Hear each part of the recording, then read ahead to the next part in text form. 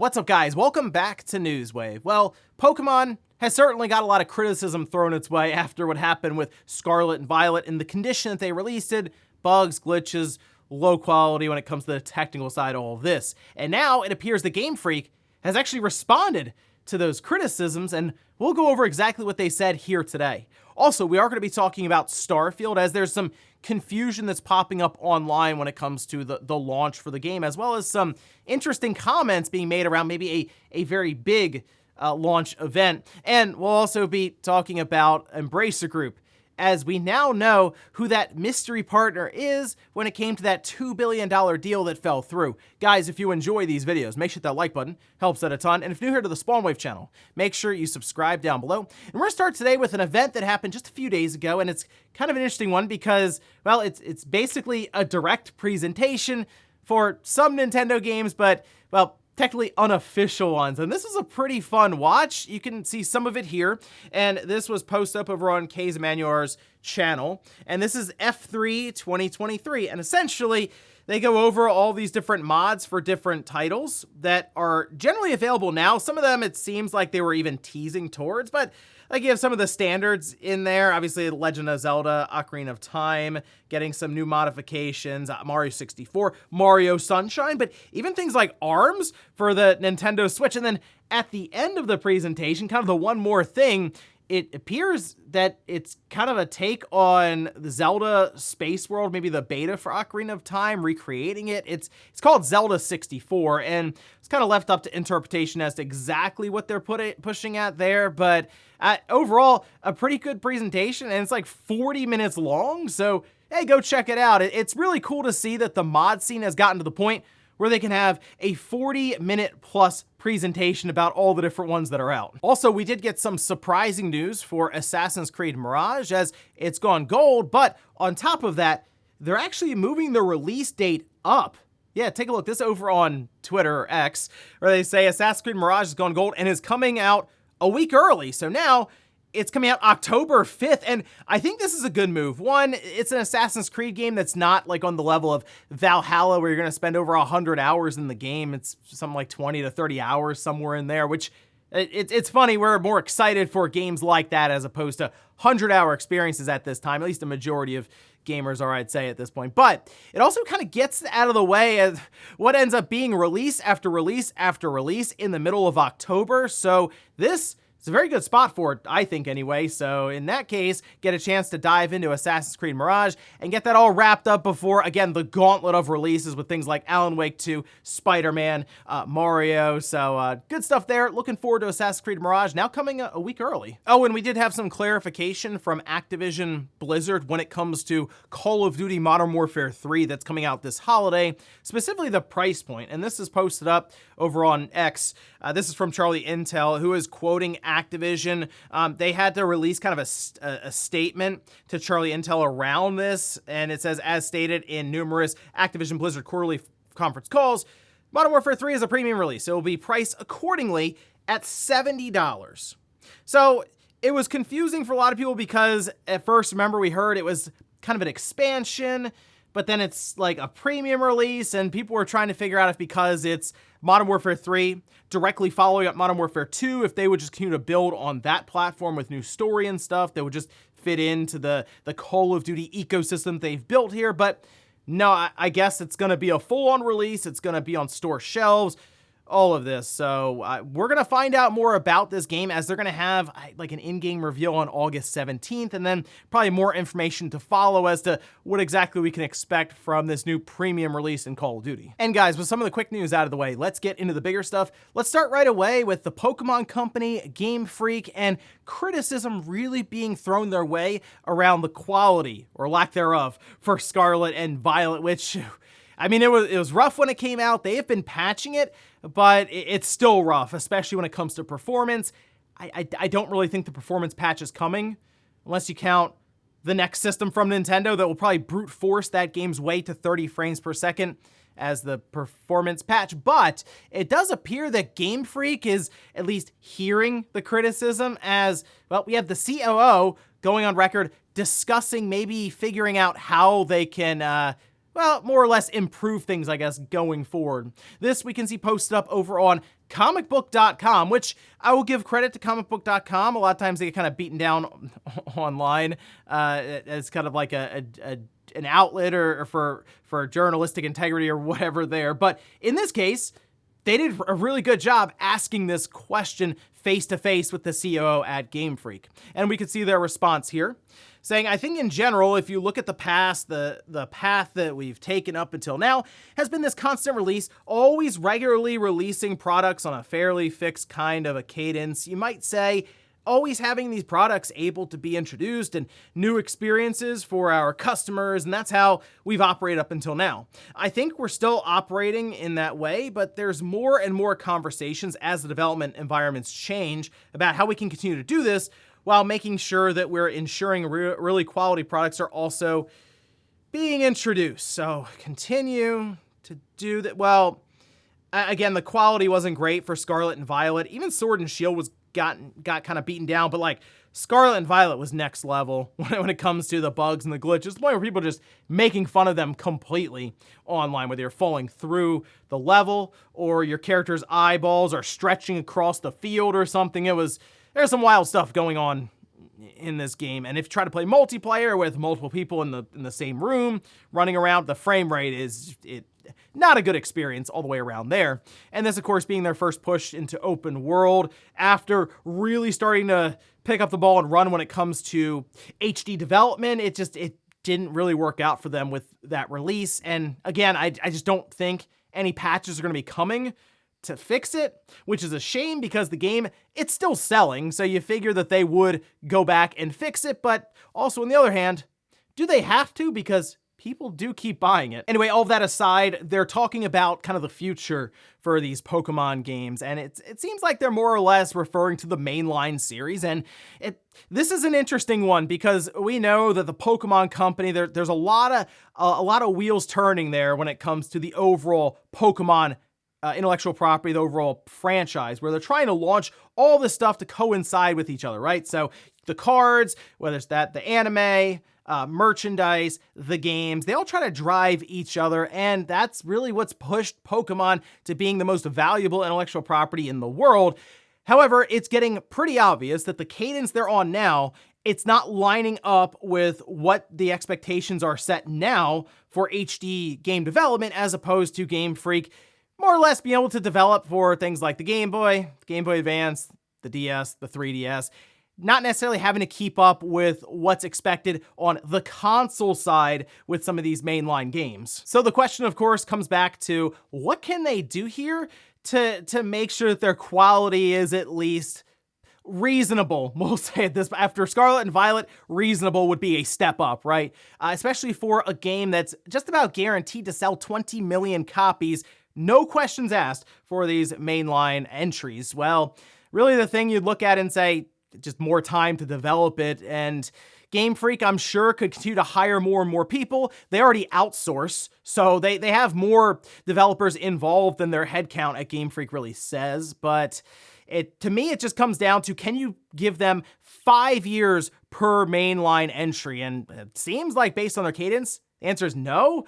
So it's hard to say what they can do there. Otherwise, get many more studios involved and do what Activision Blizzard does for Call of Duty, where yes, they have legitimately over 2,000 different developers working on each entry, but because they have multiple studios taking the helm of these different Call of Duties as the lead studio and then a bunch of support studios, maybe that's what Pokemon has to do, because they are guaranteed Call of Duty sales every time they release one. So they can do the mainline series, they do the spin-offs, and then I guess technically they can have one Pokemon game per year. So we'll see going forward. I was just surprised that they even responded to this, but again, hey, credit to comicbook.com for going face-to-face with the COO and asking what exactly they think about the criticisms being hurled towards their latest entries and what their plans would be going forward to correct it. Next up, let's talk about Embracer Group and that $2 billion deal that fell through. While we heard about the deal, we didn't really hear about who was across the table from them and basically backed out of it, which was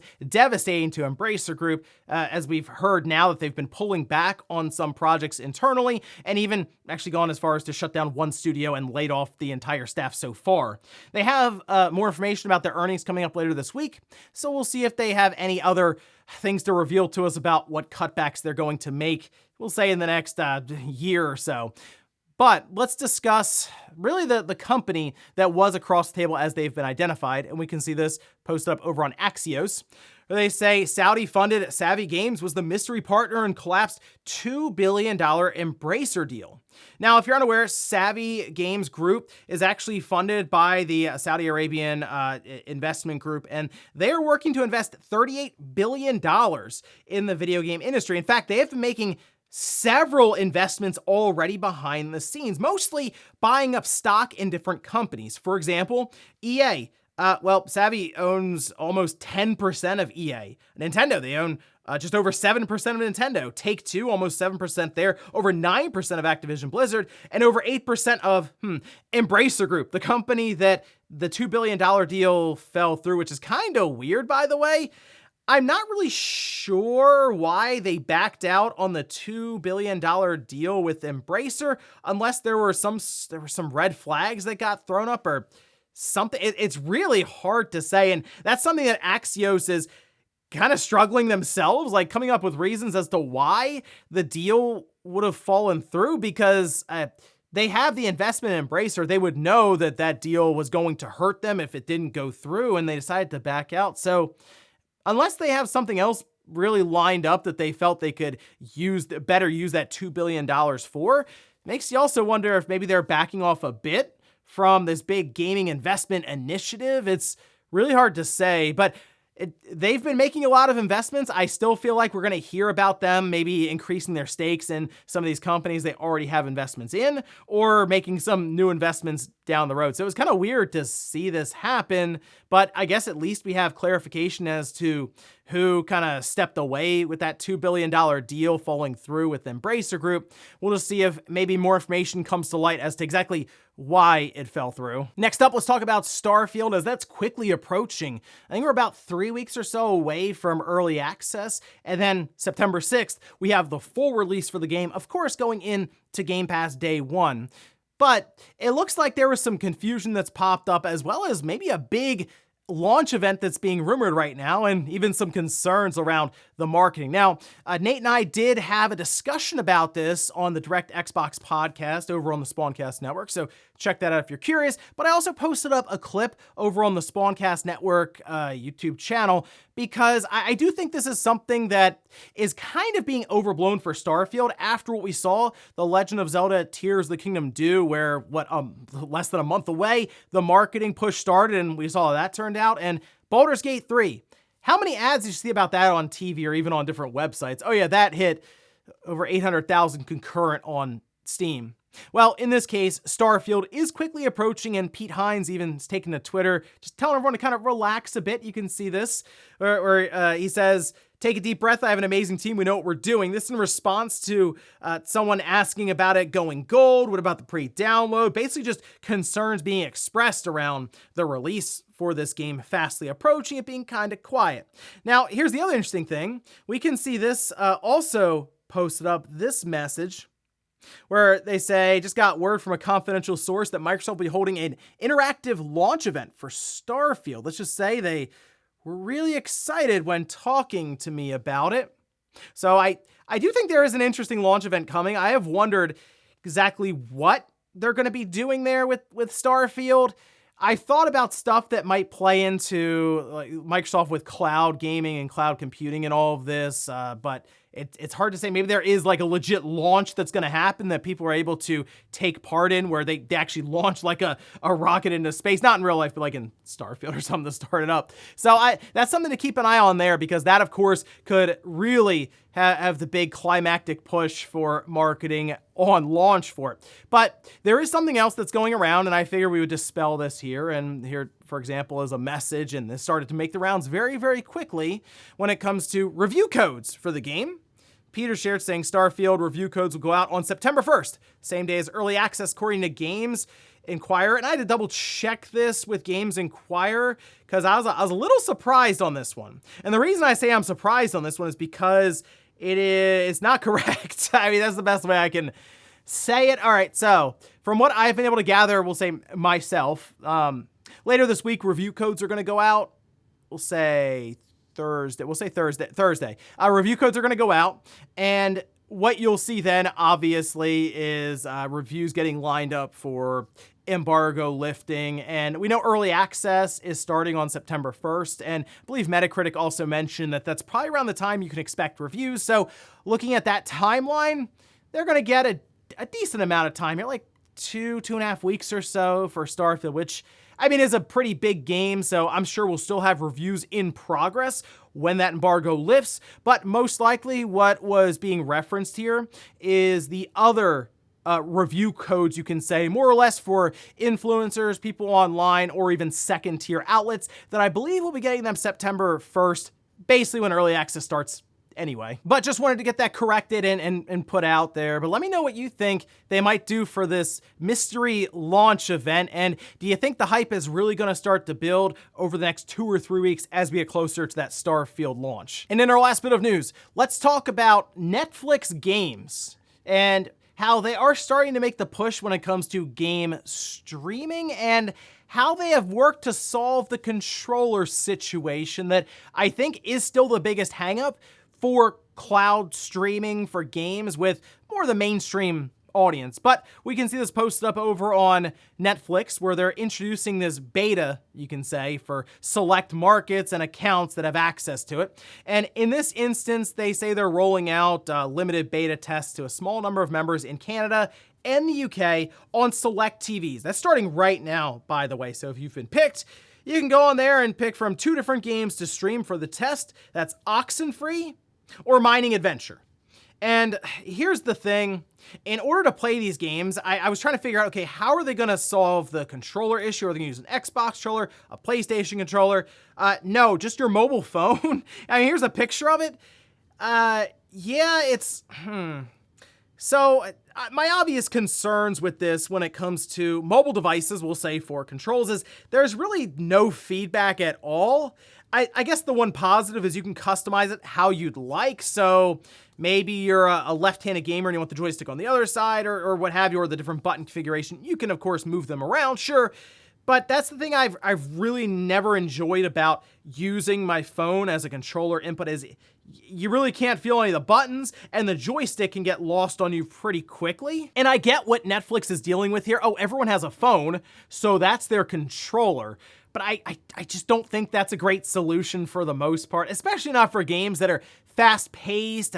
Forget about a fighting game or something like that, but even like a first-person shooter, it's not going to work well.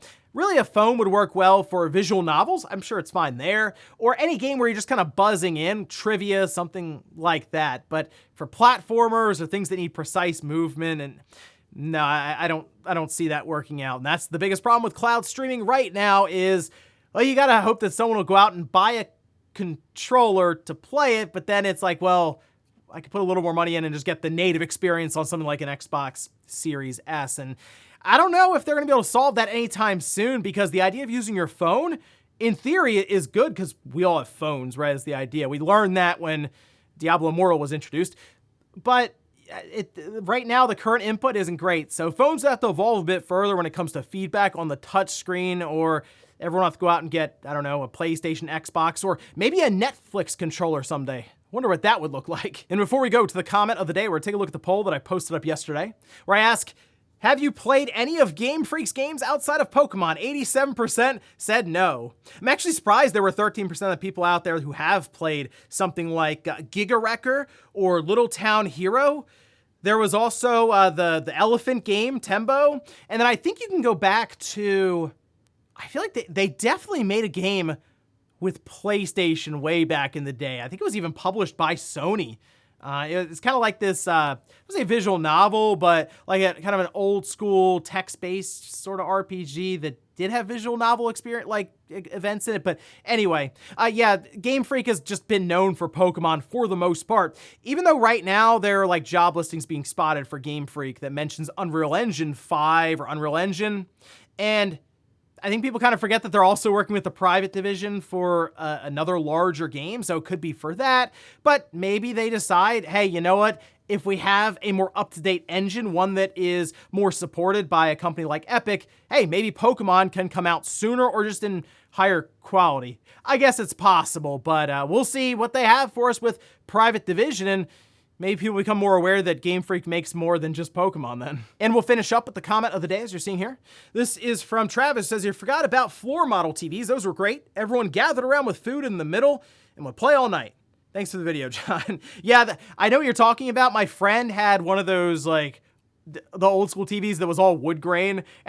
I mean, come on, that was late 80s, early 90s, like through and through, right? Wood grain TV that was just planted on the carpeted living room floor, maybe in a corner or something. You remember those really big TVs that were like the projection ones that were just these massive hulking TVs that took up half the living room? I think we used to have one of those at a friend's house as well. But yeah, TVs have come a long way since then. But I don't know, something about having that old wood TV on the floor, and you have the 6-foot cable from the console, everyone's gathered around it.